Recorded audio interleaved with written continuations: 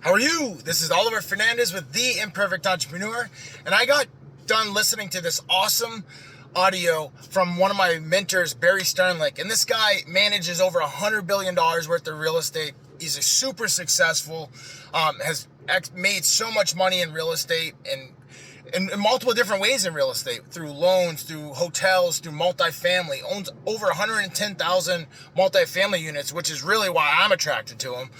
And I'm super excited to walk through my 3 big takeaways from listening to him speak. So this past weekend was crazy and so much fun. We went to my in-laws' place in New Jersey for probably the last time because they are going to be moving. They sold their house. They had a 60-day term, 30 days to close, and then so they've actually received the money. Now they have a 30-day rent back.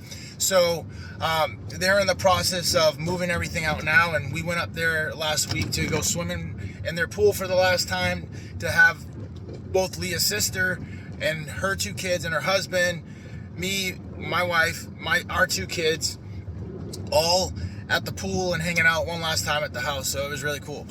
So Barry is a beast, man. 100 billion, sorry, not million. That's a B with a, as in boy, $1 billion worth of assets and 110,000 apartment units. And my biggest takeaway, man, was he loves times of fear, times like when there's recession. He loves that. And the reason why he loves that is because now he can use this to focus his team. The way he looks at it is he thinks about his whole business as a big dike that is basically a dam, and water is trying to run into the dam, right? And when times like this happen, they go through and they check the dike and make sure that there isn't any gaps in the dike. And if there are gaps, they have everybody focus on that to plug that hole, right? So it's such a just a great understanding, because I've seen it in my own business. You know, whenever we focus, we always get results.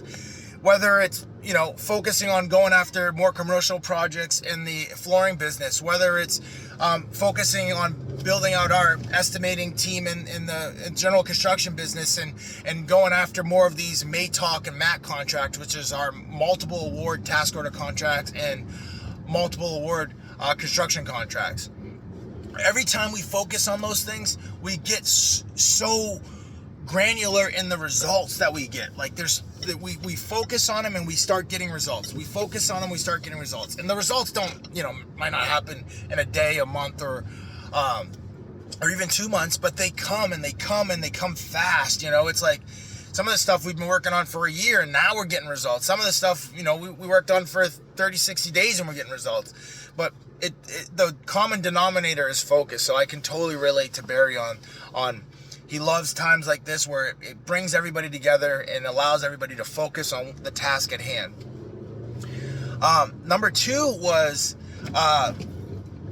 he talked about when to sell his apartment units or his real estate in general. And one of his definition for when to sell is when your price per square foot that you can actually get for your complex or your building is equal to or greater than replacement costs and the cost of the land. He's like, because when that happens, when the cost of your building, so like say you have a 100,000 square foot building, right? And it's trading for say $1 million, right? So that's $10 per square foot. And then when that is equal to or greater than the cost to build plus the land, which say in this case is $10 per square foot, that's when you want to get out, because what happens is that builders will come in and start building all this new inventory, and they'll create a supply and demand deficiency. So all of a sudden there'll be way too much supply and there'll be very little demand, right? So like oftentimes, we budget in construction like $250 a square foot, and that's just a total rough number. I mean, like every job is so different, and then that's just a kind of like a very, very rough construction number. So like if you have a building that say is in an area that trades the construction cost is $250 per square foot, and then say land is probably say another $50 a square foot, so all in $300 a square foot, and you can actually get $350 a square foot for your place that you currently own. That's the time to sell, because soon, before you know it, people are going to come in, they're going to start getting their building permits, they're going to start building new inventory, and the next thing you know, the place is going to be flooded with new inventory, and then the high supply will go high and the demand will stay the same, which means you're not going to be able to get the rates you want. There's going to be so much competition for rates. And then a caveat to this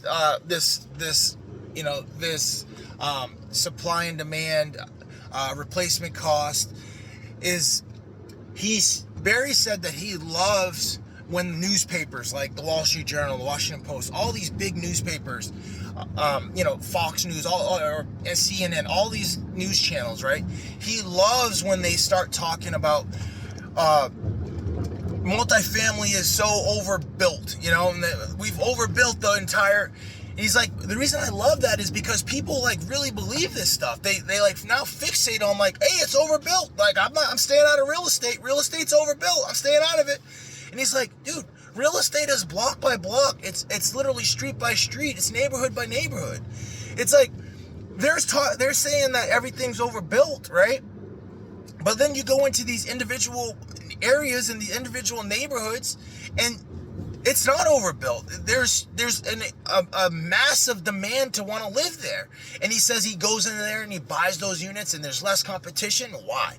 Because everybody believed that fake news. Everybody believed what they were saying on those news channels about everything's overbuilt. And he said he loves that. And I totally agree.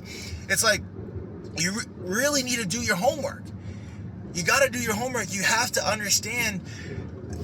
And that's what I do. I always underwrite all our deals. I go to visit all of our deals because I don't want to just be a marketer. I don't want to just be someone that's pushing out information. I want to be someone that really believes in this stuff. And the only way you can really believe in it down to your core, unless you're a psychopath, right?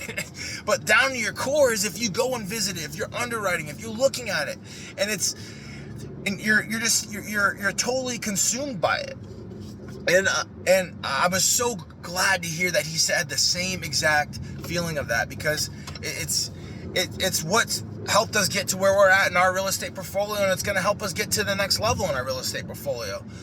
And the third and final thing that he talked about was like just some like character traits that he embodies on a daily basis to help him deal with stress, to help him deal with, having $100 billion worth of assets under management, hundreds of thousands of employees all spread across the entire United States, and having just so much influence in life. And one of the things that he said was he works out every single day, and it's like, man, it just reaffirms like, man, I got to stay in the gym. And, I've always been in the gym. I've always played sports. So I've always, whether or not in the beginning, it was like, hey, to be able to compete at this level, you got to be in the gym. So that was kind of the attraction. Now it's more of like, hey, no one's holding me accountable to be here. I got to show up because I want to be in the best shape that I can be physically, mentally, and be there for my kids, So I like that. I can totally relate to that. And then just even working through stress, like having that workout, and it just clarifies the day, clarifies your thought process, and allows you to get that blood flowing and be alert, be ready to go, and address and attack opportunities that present themselves. I mean, think about how many opportunities he's gone after. $100 billion worth of assets, man. There's a lot of opportunities that he's going after and getting. And the second thing that he talked about as a character trait was he brought up this thing where he's like, money doesn't buy happiness, money buys choice. And I totally agree with you on that. Totally agree that money will buy choice. Like, it'll allow you to stay in a really nice hotel, and if you don't have money, you're gonna have to stay in a really crappy hotel. It's gonna allow you to eat really nice food if you have a lot of money, and it's not gonna allow you to eat a lot of great food if you don't have a lot of money, right? So it just provides choice. And honestly, I relate to that. And at the same time, you have to think about that comment with a little bit more abundance and a broad mindset, because what will happen is, at least for me, when I started to think about money, and it's like money won't buy happiness, and then it's like, okay, well then let me just get a little bit of money and then let me go be happy someplace else. And I found out for me personally that money will not buy happiness, but it allows me to do something that does provide happiness for me, right? And then a result of me doing the thing that I do get fulfillment in, I get money, right? So I love construction. I love, training people how to get results in construction. I love real estate. I love working with my partners and team members in real estate to create massive results. And whether it's leading them, mentoring them, all of that, I love all of that. And that gives me so much fulfillment inside that once it's all said and done, the money just comes as a result of that, right? I'm in the right vehicle. I'm going after opportunities that are big enough. And like, the money is a result of that. So I agree with them. Money will not buy happiness, but it is still a result of the value that is put into the marketplace when you're in the right vehicle and when you're passionate in doing something that you love. Because I'm not quitting. I'm just staying after it, and I'm doing it day in and day out. Whereas if I didn't love it, I'd be like, dude, I'm all done throwing in the towel. Like, can't handle it. Like, get away from me. And I'm off to the next thing, right? So those are my 3 big takeaways from listening to my mentor. He doesn't even know I'm his mentor, but I'm tracking him. I'm following him. Mr. Barry Sternlicht. Number 1, focus. Get all those distractions out of the way. And he loves times like this, recessions, where it allows his team to focus. Number 2 is he loves misinformation, and he gave an indicator for when to sell his properties. And that's when your sales price per square foot is equal to or greater than the replacement cost plus the land. And then number 3, just some habits, daily habits that he does, works out every single day. And he also said that money doesn't buy happiness, but it buys choice, and he likes choosing nicer things in life. So he's still after it, and he also has a bigger mission than just taking care of himself. I mean, he's got hundreds of thousands of employees. I want to be like that one day. Have so many people that I'm providing for, and they're providing for themselves by producing results in the organization. But we're putting together the opportunities so that we can have that type of organization. So with that, use some of those, and I'm going to use some of those. So I want you to use some of those traits and skill sets, and just philosophies, thought processes, to go out there and continue to build the best legacy we can build. So let's roll.